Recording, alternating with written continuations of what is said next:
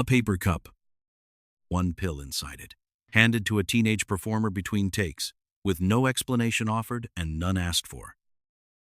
This is Golden Age Hollywood, not the movies, the machine behind them. By 1930, 8 companies controlled 95% of everything America watched and owned. On paper, almost everyone who made it. The bigger the star, the smaller the cage. A California court once used a word for it that had nothing to do with glamour, peonage. By the end, you'll understand exactly why. Level 1, the background extra. The gate opens at 5 in the morning. You stand in a line that stretches past the block, holding a numbered slip of paper, your only proof you exist here today. Nobody checks your name, they check the number. By 1930, 8 companies control 95% of every film made in America. You are not one of the 8. You are one of the thousands who feed them. That thousands has a real number.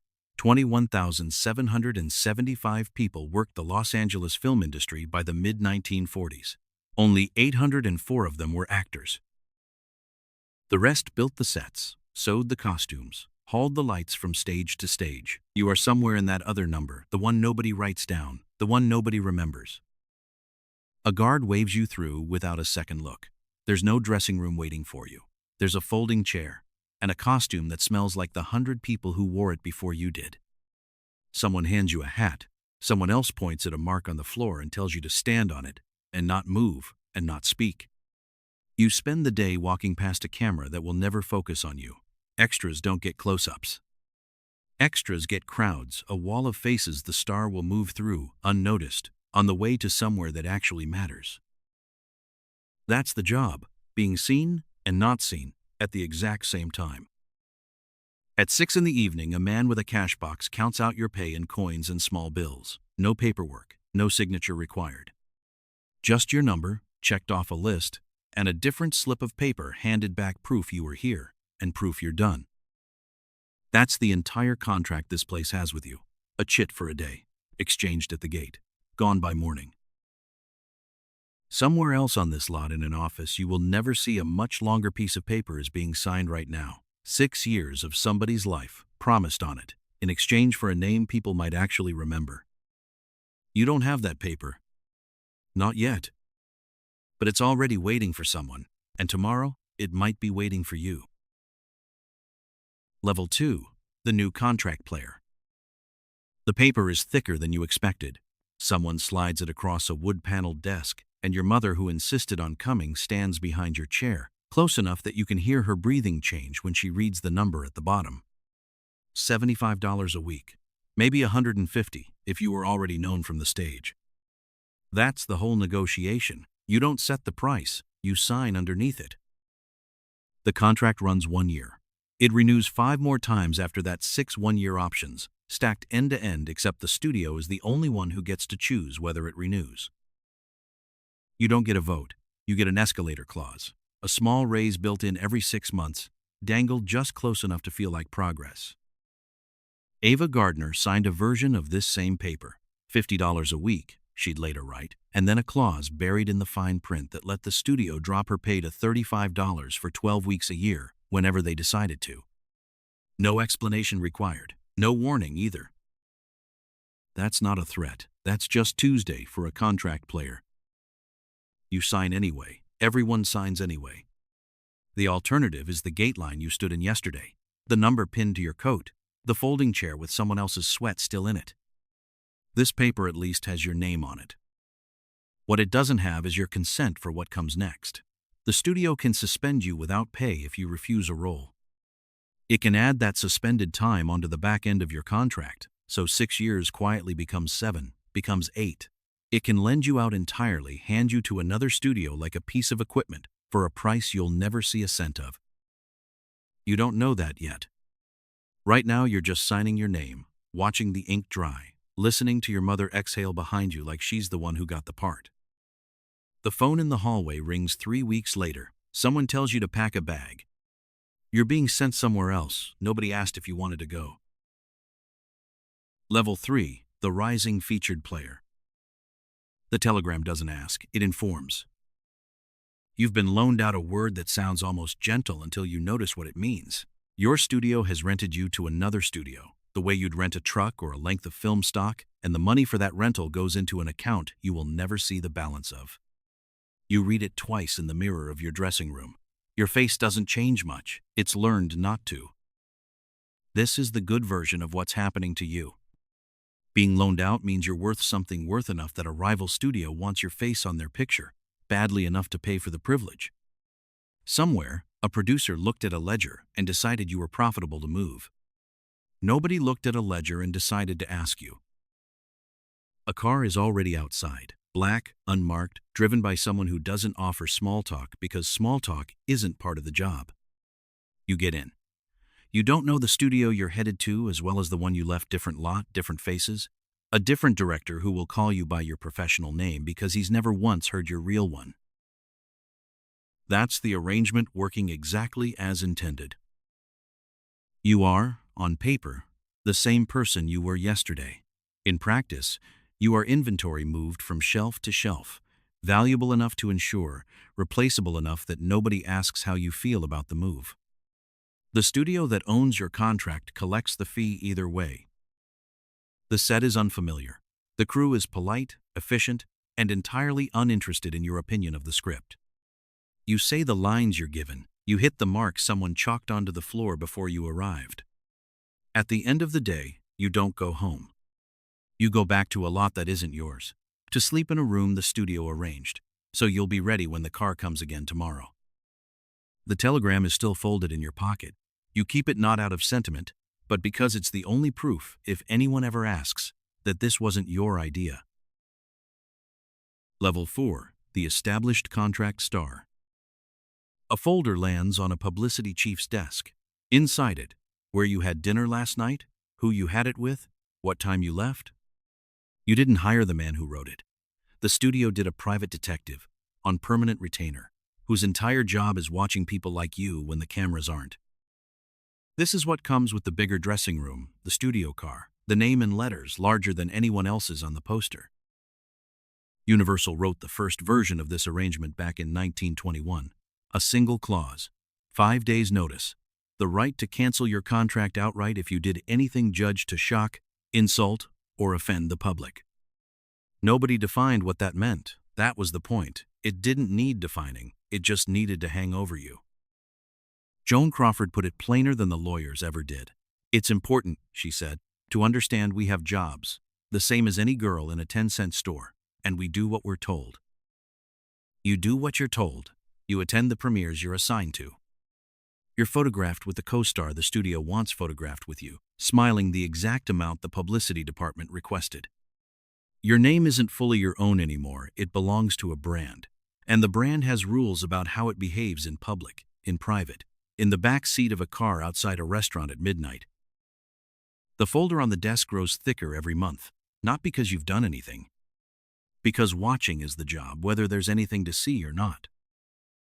You start noticing the pattern before you can name it. The compliments come with conditions. The freedom comes with a leash long enough to make you forget it's there until you pull against it. So you test it, quietly at first, a script you don't like, a role you'd rather not play.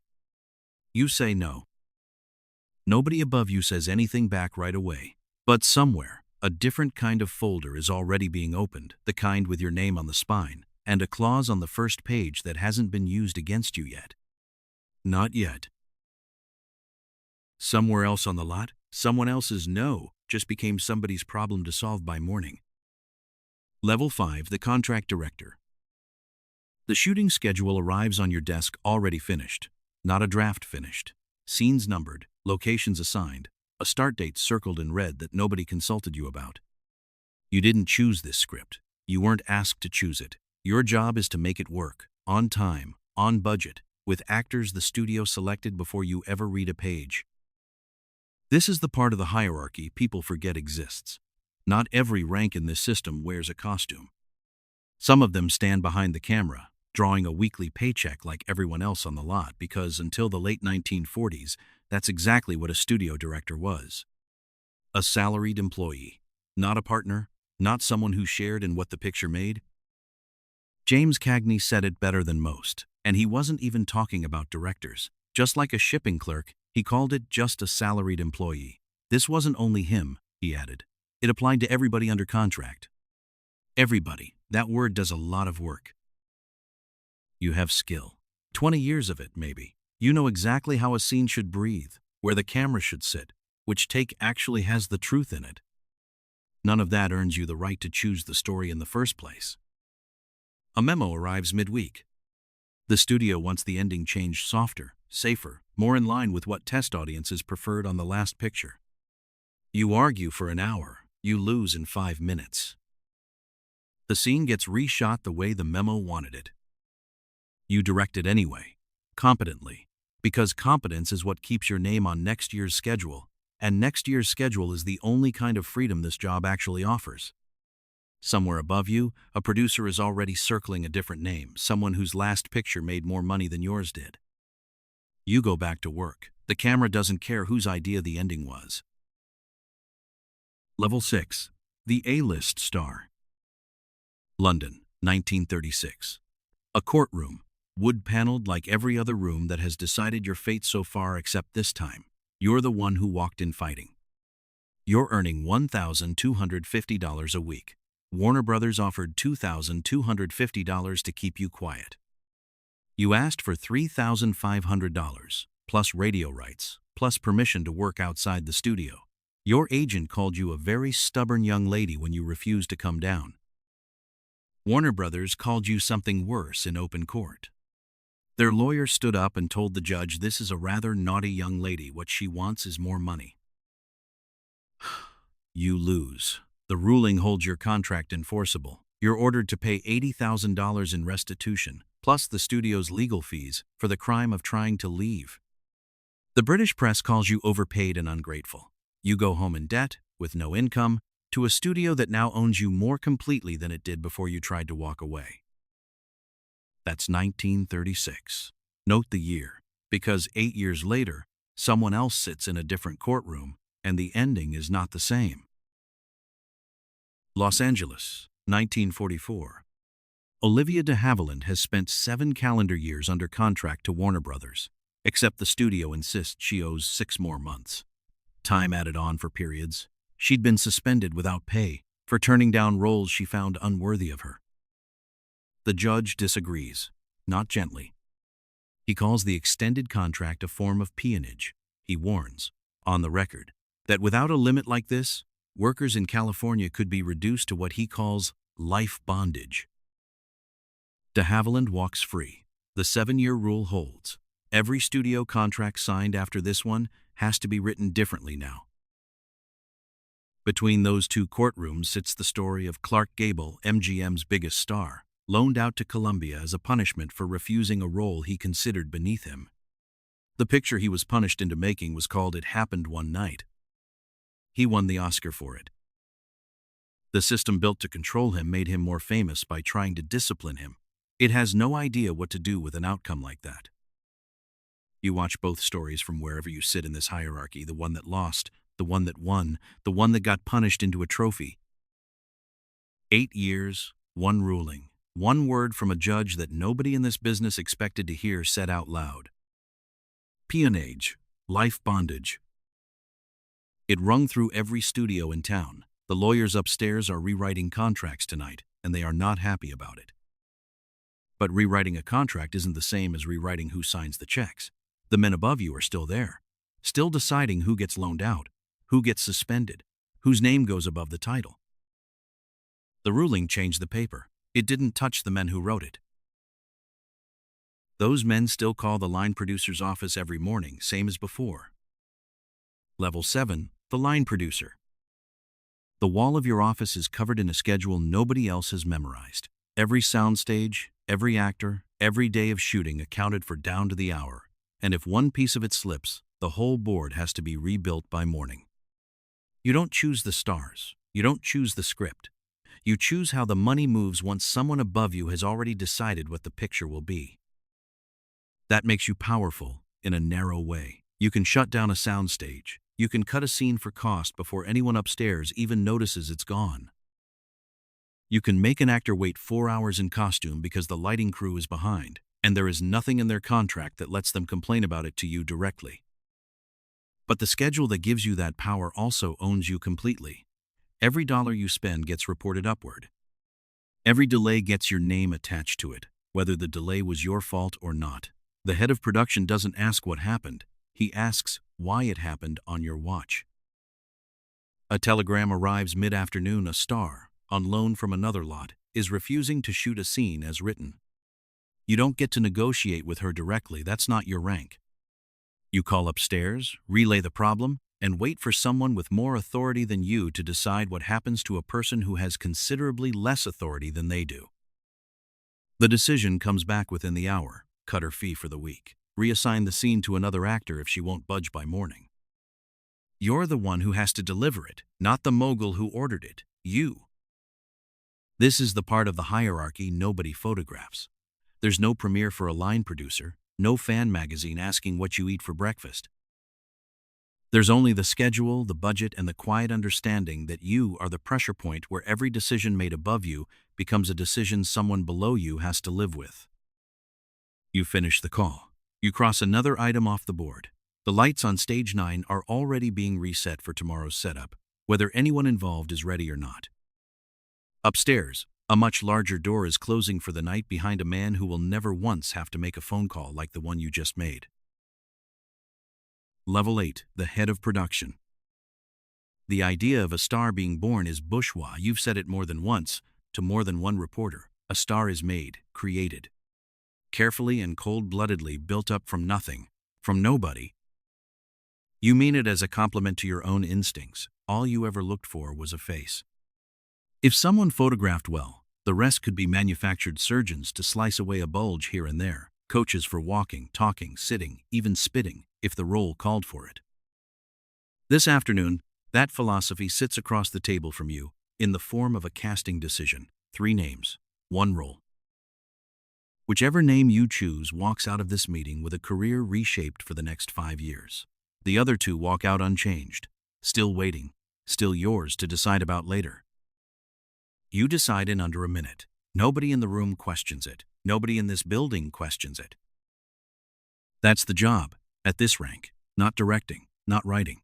Deciding which faces the public gets to fall in love with, which scripts get made, which get shelved so quietly the writer never learns why. In 1933, when the studio's finances tightened, you called every contract player onto a soundstage and asked them, personally, to accept a 50% pay cut. You didn't threaten anyone, you cried.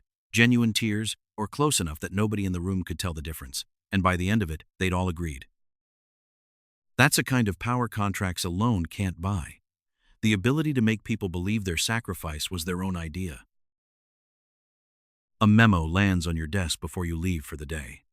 The Hayes office has flagged a scene in next month's picture. Nothing illegal about it. Nothing anyone in this building actually did wrong. Just a phrase, a suggestion, something someone in an office you don't control decided the public shouldn't see. You didn't write that rule. You don't get a vote on it either. For the first time today, you're the one waiting on someone else's decision. Level 9, the Hayes office censor. A paper cup, 1 pill inside it, handed to a teenage performer between takes, by a doctor the studio approved, with no explanation offered and none asked for. She isn't sick. She's tired, worked 8 until 5, then called back for another number, then another, on a schedule built for adults and handed to a child. The pill fixes the tiredness. Nobody upstairs asks what it costs to fix it that way. Elizabeth Taylor remembered it plainly years later. We didn't have that at MGM, she said, meaning the ordinary limits on a child's working hours. Judy Garland remembered it too. In the years she had left to remember anything, the pills started young. They didn't stop when she grew up. This is what the studio's control actually reaches. Not just your image, not just your private life, tracked by men in unmarked cars. Your body dosed, managed, adjusted like a lighting setup to keep the schedule intact. Above that, on paper, sits an office with no legal authority at all. The Hayes office can't fine you, can't arrest you, can't force a single foot of film off a screen by law. And every studio in town obeys it anyway, because refusing means every other studio's theater chain closes its doors to you. Power that isn't written into any statute, Power that works precisely because no one can point to where it's written down. By 1947, that same invisible reach turns political. 41 men are called to Washington, asked one question under oath: are you now, or have you ever been, a member of the Communist Party? 10 of them refuse to answer it. Ring Lardner Jr. tells the committee he could answer the question exactly the way they want, but if he did, he'd hate himself in the morning. He goes to prison for it. So do the other 9. 50 studio heads meet at the Waldorf Astoria 2 days later and sign a statement of their own. They will not knowingly employ a communist. They will not re-employ the 10 men who just went to prison, not until each one is acquitted or swears under oath he never was one. The same studios that built these people, the same contracts, the same publicity machines, the same men who once cried real tears to win a 50% pay cut, now signing a different kind of paper, disowning 10 of their own without a trial to prove any of it was true. The system that controlled your body, your image, your private evenings, has just proven it can control your politics too, or end your career for refusing to hand over someone else's.